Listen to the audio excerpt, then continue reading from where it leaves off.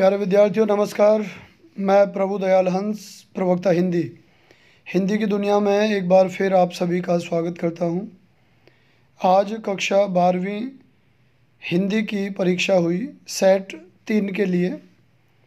हरियाणा विद्यालय शिक्षा बोर्ड से जिन बच्चों ने इस परीक्षा को दिया है उसकी आंसर की आज मैं आपके सामने प्रस्तुत कर रहा हूं। तो आइए देखते हैं। ये पेपर था आपका स्टूडेंट असेसमेंट टेस्ट दिसंबर 2021, क्लास 12th, सब्जेक्ट हिंदी। समय था 60 मिनट और 20 नंबर का ये पेपर हुआ। सभी प्रश्न अनिवार्य हैं। प्रश्न संख्या 1 से 9 तक प्रत्येक प्रश्न 1 अंक का है। प्रश्न संख्या 10 से 12 तक प्रत्येक प्रश्न 2 अंक का है तथा प्रश्न संख्या 13 5 अंक का है। तो आइए सबसे पहले देखते हैं विकल्प वाले प्रश्नों को। पहला प्रश्न देखिए, मोहनजोदड़ो की खुदाई से निकली पंजीकृत चीज़ों की संख्या कितनी थी? तो ये प्रश्न लिया गया है अतीत में दबे पाँव से। ऑप्शन है 30,000 से अधिक, 20,000 से अधिक, 50,000 से अधिक, 60,000 से अधिक। तो इसका सही उत्तर है 50,000 से अधिक वस्तुएं मोहनजोदड़ो की खुदाई में निकली। दूसरा प्रश्न है, भारत के कस्टम अधिकारी का नाम क्या था? तो यहाँ 4 ऑप्शन है आपके लिए। पहला सुनील दास गुप्ता, दूसरा सुशील कुमार गुप्ता, तीसरा सुनील गुप्ता, चौथा है सुशील गुप्ता। तो आप समझ गए होंगे इसका सही उत्तर है क सुनील दास गुप्ता, और ये ढाका के रहने वाले थे। ढाका को अपना वतन मानते थे, भारत में रहते थे। तीसरे प्रश्न की ओर बढ़ते हैं, गोस्वामी तुलसीदास की रचनाएं कौन सी हैं? तो यहाँ 4 विकल्प आपके लिए उपस्थित हैं। रामचरितमानस, विनय पत्रिका, कृष्ण गीतावली, उपर्युक्त सभी। तो रामचरितमानस, विनय पत्रिका, कृष्ण गीतावली तीनों ही रचनाएं तुलसीदास जी द्वारा रचित हैं। तो सही उत्तर है उपर्युक्त सभी। चौथे प्रश्न में देखते हैं, रेडियो नाटक में कितने अंक होते हैं? तो चौथा प्रश्न आपके सम्मुख है। पहला ऑप्शन कोई अंक नहीं होता, दूसरा 2 अंक होते हैं, तीसरा 3 अंक होते हैं और चौथा है 5 अंक होते हैं। तो यह जान लें, रेडियो नाटक जो होता है वो 1 अंकीय होता है। अब क्योंकि 1 ही अंक है तो इसलिए उसके अंकों को गिना नहीं जाता, तो उसे बिना अंकों का माना जाता है। तो हम कहेंगे कि रेडियो नाटक में कोई अंक नहीं होता। विसर्ग संधि किसे कहते हैं? तो ऑप्शन है, अब यूँ तो आपको पता है विसर्ग संधि किसे कहते हैं। विसर्ग के बाद स्वर या व्यंजन के आने पर जो विकार उत्पन्न होता है, जो परिवर्तन आता है, उसे विसर्ग संधि कहते हैं। तो ऑप्शन जो है आपके उन्हें देखें, निकटवर्ती व्यंजनों के मेल को, निकटवर्ती वर्णों के मेल को, तीसरा है व्यंजन या स्वर के परस्पर मेल से उत्पन्न विकार को, या इनमें से कोई नहीं।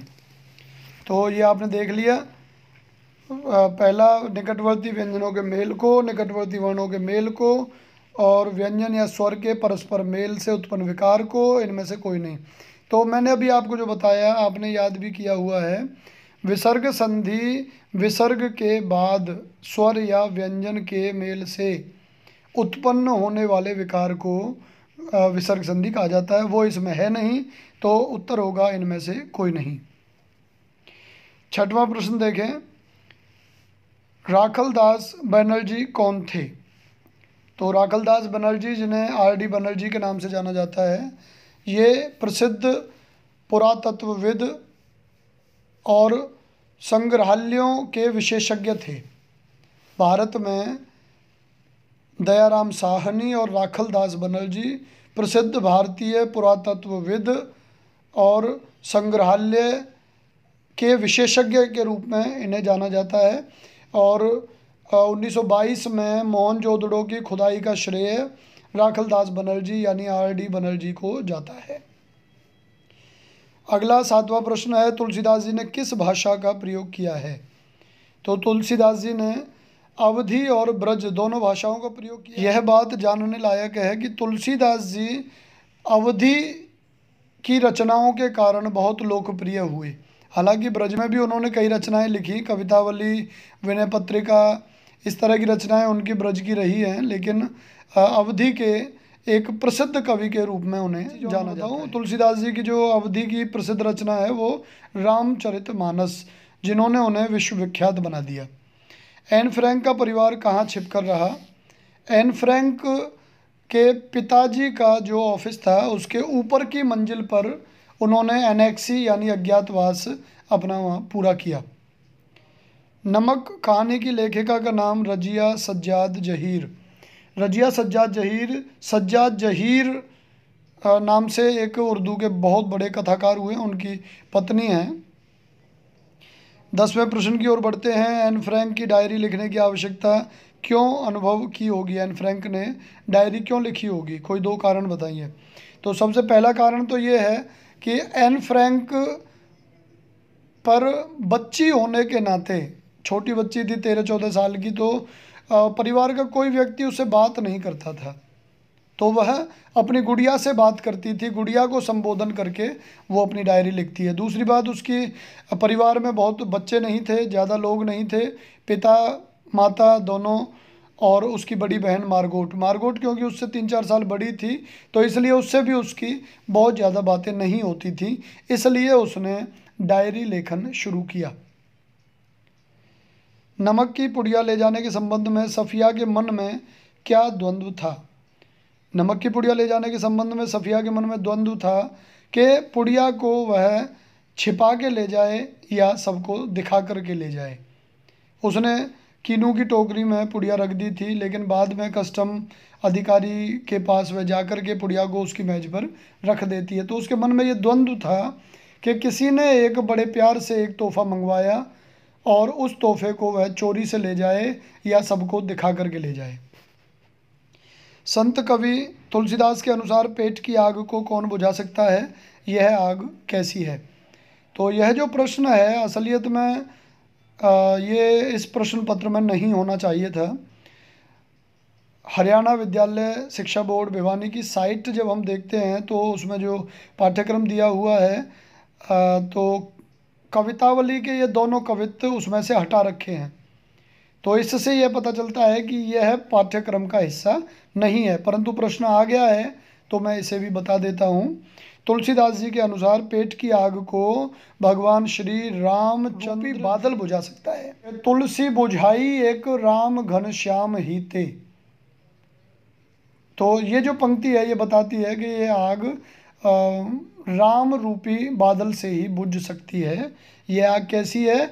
आग बड़वागिते बड़ी है आग पेट की, के सब आगों में जो बड़वाग्नि, समुद्र की आग, जंगल की आग, सब आगों में यह आग, पेट की आग सबसे बड़ी मानी जाती है, विशाल मानी जाती है। और अंतिम प्रश्न है, अतीत में दबे पाँव पाठ के आधार पर शीर्षक की सार्थकता सिद्ध कीजिए। तो प्यारे विद्यार्थियों, मैं आपको बता देता हूँ, कोई भी शीर्षक है वो 3 बिंदुओं पर जांचा जाता है। पहला संक्षिप्त होना, दूसरा जिज्ञासापूर्ण होना, और तीसरा है पाठ का सार उसमें समाहित हो। तो ये 3 बिंदु किसी भी शीर्षक की सार्थकता को सिद्ध करते हैं। तो अतीत में दबे पाँव ये 3 शब्दों का एक छोटा सा शीर्षक है, बहुत बड़ा शीर्षक नहीं है। तो इस आधार पे, एक बिंदु के आधार पे लगभग ये ठीक है, बहुत बड़ा नहीं है लेकिन बहुत छोटा भी नहीं है, एक शब्द का नहीं है, 3 शब्दों का है, तो ये लगभग ठीक है। पहला बिंदु जो है वो पूरी तरह तो खरा नहीं उतरता। अब जैसे अभी हम कहानी की बात कर रहे थे नमक की, तो नमक एक ही शब्द का है तो वो संक्षिप्त है, परंतु ये उतना संक्षिप्त नहीं है। दूसरा बिंदु है जिज्ञासा पूर्ण होना चाहिए, तो ये जिज्ञासा पैदा करता है। अतीत में दबे पाँव जब हम शीर्षक लेते हैं तो हमारे मन में एक जिज्ञासा पैदा होती है कि ये क्या कहना चाहता है। तीसरी बात जो है कि इसमें कहानी का सार समाहित हो, पाठ का सार समाहित हो। तो अतीत में दबे पाँव शीर्षक हमें यह बताता है कि अतीत माने इतिहास में हम दबे पाँव, बिल्ली जैसे दबे पाँव चलती है, ऐसे चुपके से झांकने का प्रयास कर रहे हैं। तो मोहनजोदड़ो के खंडहरों में लेखक जब झांकता है तो यह ऐसा ही लगता है जैसे किसी के घर में हम चुपचाप झांक रहे हों। तो इस आधार पर भी अतीत में दबे पाँव शीर्षक बिल्कुल सार्थक है। अतः हम कह सकते हैं कि तीनों बिंदुओं के आधार पर अतीत में दबे पाँव पूरी तरह सार्थक है। तो प्यारे विद्यार्थियों, ये था आपका प्रश्न पत्र जो आज पेपर हुआ सेट 3 का कक्षा 12वीं हिंदी के लिए। उम्मीद करता हूँ कि सभी चीज़ें आपको स्पष्ट हो गई होंगी। फिर जल्दी ही मिलते हैं, तब तक के लिए नमस्कार।